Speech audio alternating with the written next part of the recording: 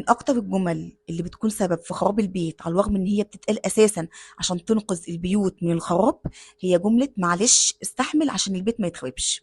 مشكلة الجملة ديت ان احنا لما بنقولها دايما مش للشخص اللي اخطأ ولا الشخص اللي كان سبب رئيسي في المشكلة، لا، احنا دايما بنقولها للشخص المجني عليه، للشخص المتألم.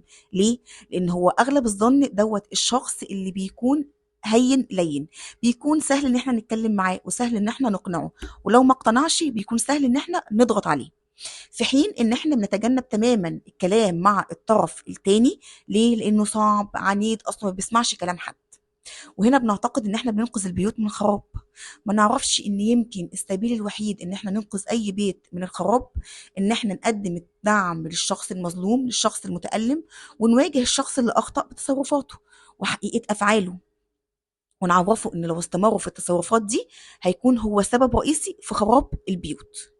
احنا هنا لما مع الاسف بنوجه كلامنا للشخص المتألم والشخص المجني عليه، احنا هنا ما بننقذ البيوت من الخراب، بالعكس احنا بننقذ المشكلة وبنخليها تكمل.